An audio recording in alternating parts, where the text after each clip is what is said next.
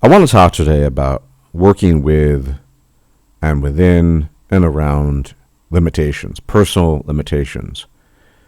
And I think it's a very important topic. Now, obviously, this topic is kind of addressed in a lot of quote-unquote self-improvement, guruism type videos, but they never are honest about it. And in general, people aren't honest about limitations, that humans, as groups and as individuals, that we have limitations. So one slogan you'll hear very frequently, which I think is only partially true, and we'll talk a lot more about this as the video proceeds, but I also think there's a degree, to be perfectly honest, of insincerity here when people say it, is life isn't about the hand you're dealt, it's about playing the hand you're dealt well. That is, to some degree, true, but it is fundamentally leaving out a very important detail. To say that life is not about the hand you're dealt at all, or even in large measure, is insane, stupid, dishonest, and a whole bunch of other adjectives that I probably couldn't even repeat on YouTube. The most important decision, for example, you will never be able to make, but it is absolutely the most important decision, is choosing your parents, choosing the right parents. The most important decision two individuals who are thinking about the prospect of reproducing can make is, who am I going to partner up with to optimize the results for my offspring? Because, of course, it's about the genes, right?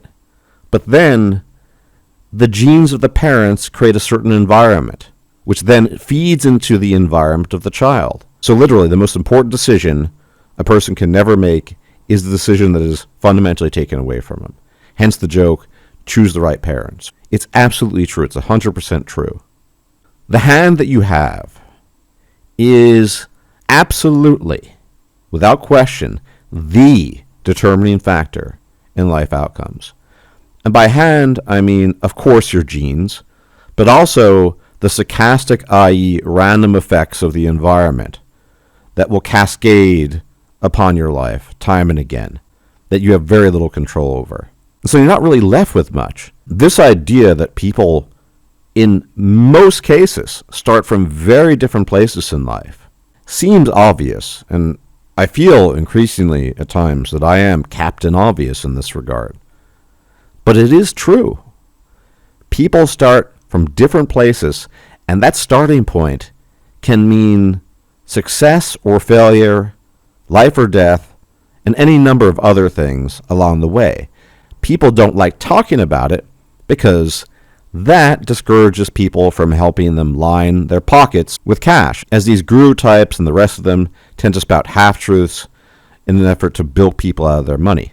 And that too is a personality trait, by the way. The ability to lie and mix the truth with things in an effort to manipulate people. You need to have the genes, i.e. the type of personality that allows you to do that in good conscience. But that's neither here nor there. So yes, your hand matters the most. You don't have any control of your hand, but it matters the most. Now, dealing with that paradox, seeming paradox, I should argue, is not easy. It's one of the reasons why, setting aside the dishonest gurus out there, people don't like thinking about it. It's obvious. You don't have control of your genes, and you certainly don't have control over the most important environmental factors that occur early in life, because the way heritability works is the most potent interventions are the ones done basically between 0 and 3, maybe 0 and 5 if I'm being very, very generous. And after that, environmental interventions become less and less effective.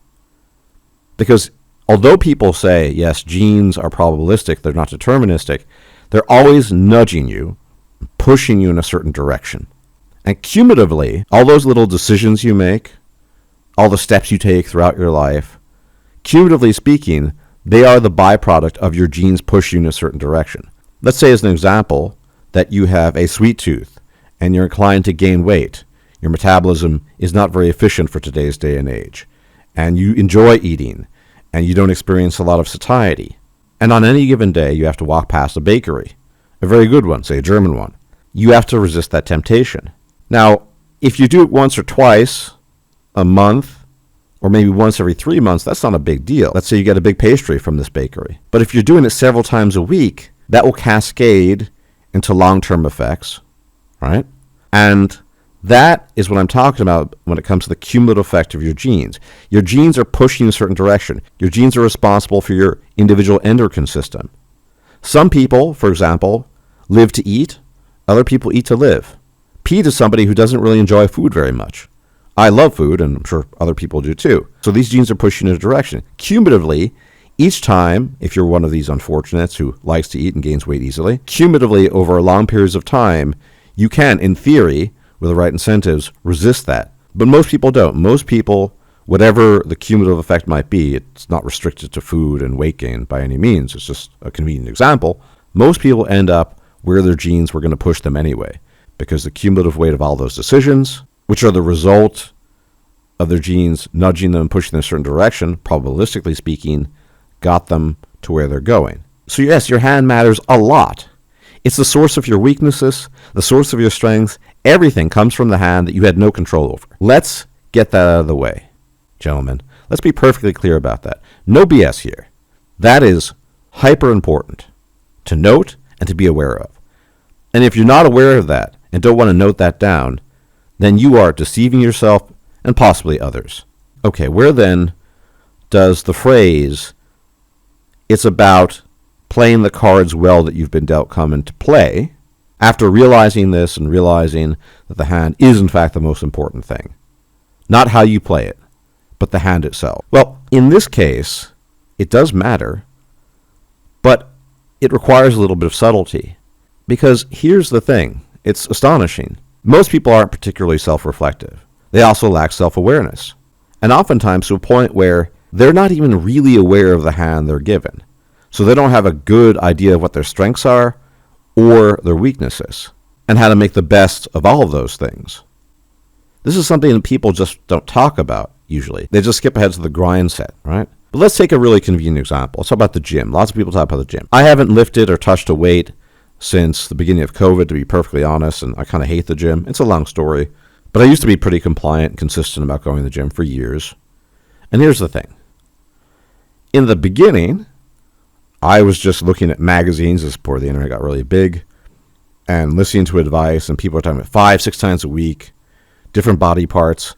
I tried it, got miserable results. Remember, I'm a chronic insomniac, have been for 30 years. Really, really impairs recovery. Eventually, I drifted into full body workouts and found they work better, fewer times a week. As I've gotten older, and frankly speaking, my sleeping has worsened, I find I have had to adjust myself to that. So when I stopped lifting consistently, I was on a regime that entailed twice a week, full body, as intensive as I could given my lack of sleep and energy, and the rest would be some cardio. So I got all the major muscle groups in twice a week, enough stimulus for maintenance at least. And for a lot of people think, oh, that's way too little. That's not going to do anything for you. Well, there are a lot of studies showing that that actually can do a fair bit, but that's neither here nor there. The point is I recognize that I have a permanent condition, an illness, if you will. I'm chronically underslept, which has devastating consequences across the board in terms of health. I don't really like thinking about it, but it's true. That means I have severe limitations.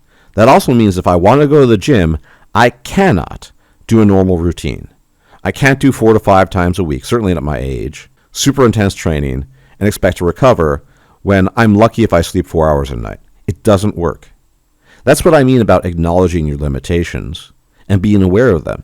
Let's say I decide to take the weights up again. I'd probably do what I was doing before with some twists. Twice a week, full body, more cardio, flexibility training, I think, increasingly is becoming important as I get older, things of that nature. Now, this is just a microscopic example of what I'm talking about, but the reality is I am hyper aware of my limitations, and there really aren't any benefits to being a chronic insomniac and having lots of sleeping issues. But if you're reflective enough, you learn that humans have limitations, that you can't do everything. It also makes you more compassionate towards people, I would argue. Well, depends on the individual. I'm the type of person, genetically speaking, that it's made me more compassionate to people. There you go, the hand I've been dealt. And you really realize that not everything is possible, but some things are, and it's up to you to figure out, given your hand, what are those things that are possible? Nobody talks about that, especially in today's apex fallacy-driven guruism age, where you're just supposed to shoot for the stars. It's almost an axiom. You shoot for the stars. Everyone wants to be Hamza the bathrobe man. He's a godlike figure. In fact, he refers to himself as a cult leader. Now, he got really lucky. Life ultimately is down to luck. That's a separate video and separate discussion, but it's all about luck. Most people following bathrobe man will never get there. And a lot of it comes down to, as I said, the vicissitudes of life, the stochastic occurrences that bop you over the head. And the rest is going to be down to the many, many differences between individuals and the hand they've been dealt. So being aware of what you can and can't do is incredibly important, because it feeds into another thing that's important if you want to get things done in your life. And that is this notion of adherence or compliance. So this is nothing new.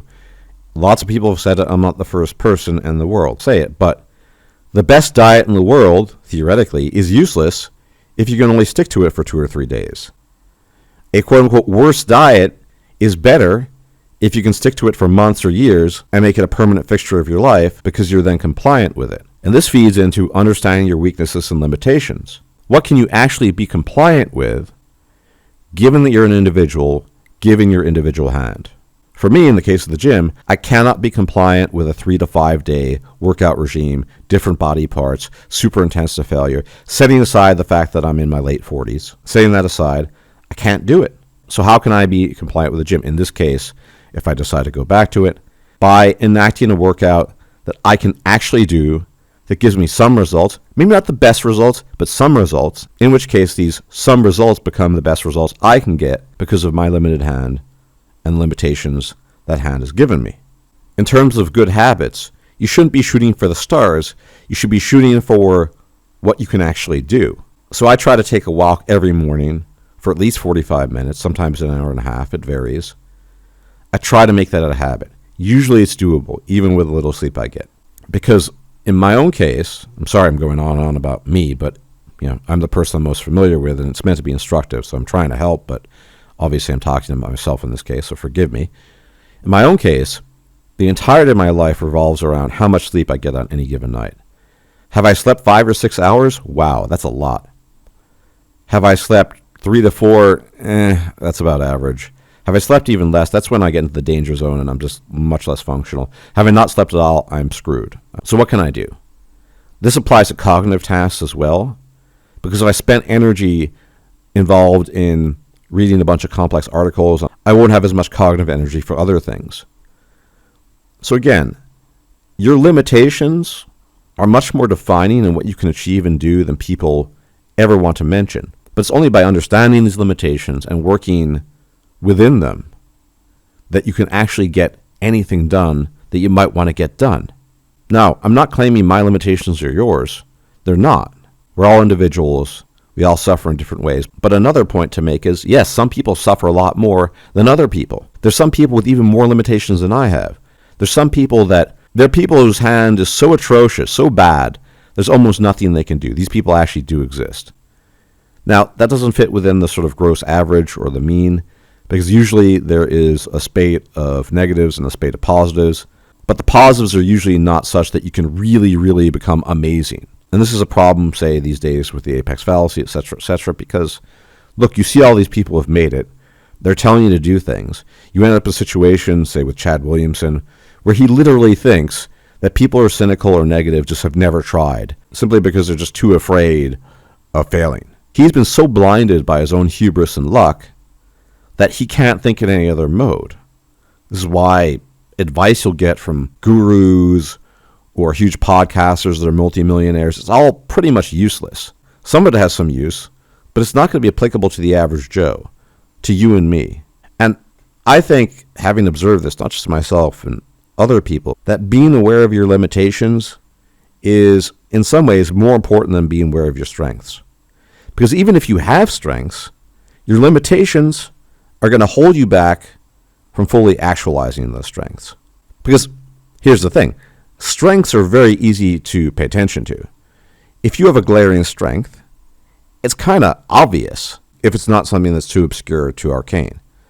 Like with me, I don't know why, I really don't, but I'm definitely above average when it comes to foreign languages. I pick up accents much more quickly than most people. I can replicate them better. I'm not perfect. I know people even better, but I'm just better at that. And for a long time, I played into that. one of my limitations, lack of sleep, also limited my ability to pursue that sort of thing. And my lack of sleep also makes me quote unquote lazy. I'm less inclined to do things, so I have low energy constantly. So my point is that whatever strengths you have, they're going to be held back by your limitations unless you figure out ways to work within those limitations and improve them and make the best of them. And that's something that nobody talks about. The hand you are dealt is the most important thing in your life, but you have no control over it. The ostensible control you do have comes years later, and you're basically left with a pile of dung. How do you make the dung the least stinky it can be, basically? Because if you overhype yourself and you strive for goals that you can never comply with, so let's say again, I really apologize in this video. I don't like being overly self-referential, but again, that's where I'm coming from, and it's the person I know best. I said, instead of taking a walk for an hour plus, I'm going to jog it the whole time. I would run my knees into the ground. I would probably damage myself more, and I couldn't be compliant with that. Could I slowly work my way up to that? I think to some degree, yes, although there still be limitations. Starting with small things, complying with small things that are reasonable, is going to produce better results than aiming for the stratosphere any day, because most people are going to fail for a variety of reasons, mostly because their hand will not allow them to get there. Not everyone can be Elon Musk. Unfortunately, not everyone can be Chad Williamson, but since he's an arrogant prick, it probably doesn't really matter unless you want to be an arrogant prick. So in summary, be aware of your limitations. Be more aware of your limitations than your strengths. Because your strengths are obvious, and you're going to pay attention to them regardless. If you're tall, you're going to be aware that you're tall, obvious stuff. If you're strong in the gym, you're going to be aware of that too. Obvious things, because it's pleasurable. It's pleasurable to bask and bathe in your strengths, much less so to be aware of your limitations and things you can't do. Now, if you can become aware of your limitations, you'll be able to capitalize on your strengths much more so, whatever your goals might be. I'll apologize one last time for being so self-referential, but when we're talking about these things, I don't have a reference point outside of myself. I don't know what you, the individual man, has as a limitation. Maybe you're an alcoholic. I don't know. I've never had an interest in alcohol my entire life.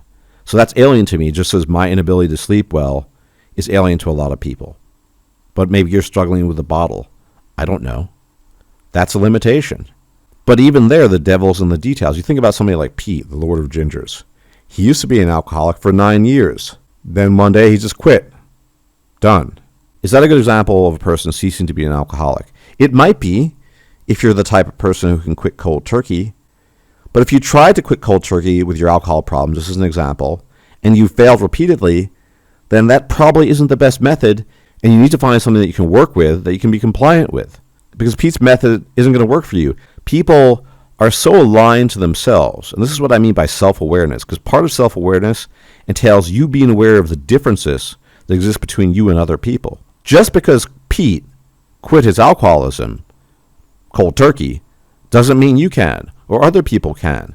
They might need to engage with other people. They might just cut it down slowly but surely. I don't know. I don't have a problem with alcohol. I never have. But the problem with most people is this perennial issue of self-extrapolation. They're all extrapolating from themselves and assuming if X works for me, it's got to work for the other guy.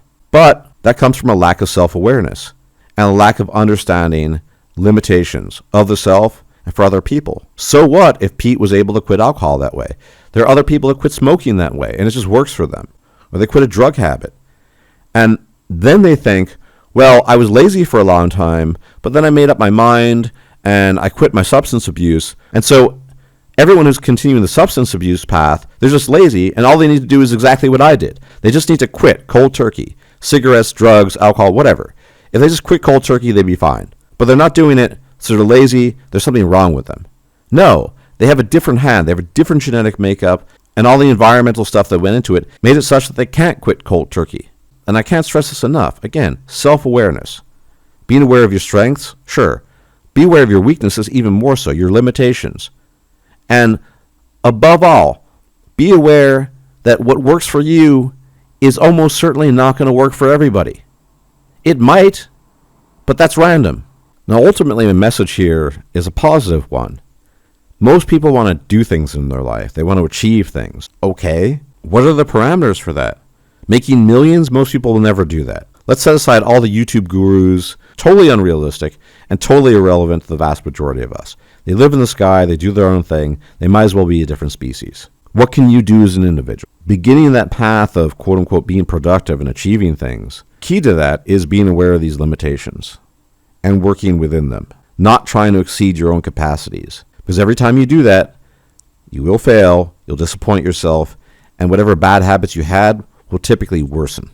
Now, there's a final point I want to make here. It's not an easy one. But in accepting your limitations, you might need to accept that you can't do certain things. That some things will forever be outside of your reach. That's a hard pill to swallow. But I would argue that not doing any of the things that you, in theory, could do if you implement the right changes, things that maybe don't matter to the gurus because they're so minuscule and unimportant, will still improve the quality of your life. You won't be a multimillionaire. Okay. You won't have chicks galore. Okay. You're not the smartest person, the most attractive person, the strongest person, whatever, the tallest person. But the idea is improving it from whatever baseline you have now, not striving for the stratosphere. It's a hard pill to swallow, but I would always argue that being aware of the truth about yourself in particular, with respect to the rest of the world, being aware of how you're different from other people and how other people differ from you will make you a better human being in a way that you'll never understand from the gurus. The gurus lack compassion, for example. One of the reasons why I'm talking about this is I know how hard it is. If you're struggling with all my bloody life, pretty much, I haven't slept enough. I'm dumber than I should be. I'm less physically fit. I'm less capable. And I still just try to truck on and do what I can.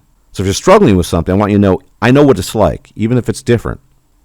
But undergoing this whole process of self-understanding will allow you to understand the rest of the world better. The root cause of your problems, in contrast to what people will say, it's all yourself, it's all you. It's the hand you've been given. You had no control over it. We need to acknowledge that.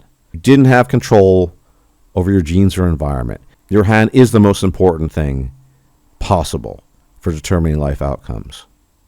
And by the time you can do something with your hand, play your cards, for the most part, it's too late to have incredibly impactful changes take place. They're going to be small, incremental. They're going to be limited in their application, in their range. When you understand that, you understand yourself better, other people better. It's definitely made me, in terms of character, this suffering I've been through, these realizations over my almost 50 years of life. I think it has made me a better person. I'm more understanding towards people. I'm more compassionate. And maybe that's important to you, maybe it's not. It is important to me. I think one of the worst things in life is needless suffering. And one of the byproducts of the kind of ignorant rhetoric you'll see spouted by the gurus and all this other stuff is the perpetuation of needless suffering. So look at this as my contribution in attempting to counter that. I hope this has been helpful. Again, sorry for being so self-referential. It's the best I can draw from. But hopefully you can make use of it in some way. And if not, hey, I gave it the old heave-ho. Anyways, always, thank you for tuning in. Special thanks to my patrons. You guys are the best. You keep the channel going. Really appreciate you. And if you can engage in the usual YouTube jazz, like the video, subscribe if you're not yet a subscriber, share the video, comment, etc., etc. Much appreciated. If I'm still alive and still functional, I'll check you out later. Until then, may the gods watch over you. Bye-bye. If you liked this video, please like, share, and subscribe. And if you enjoy my content, please consider making a donation or becoming a patron. Thanks for watching.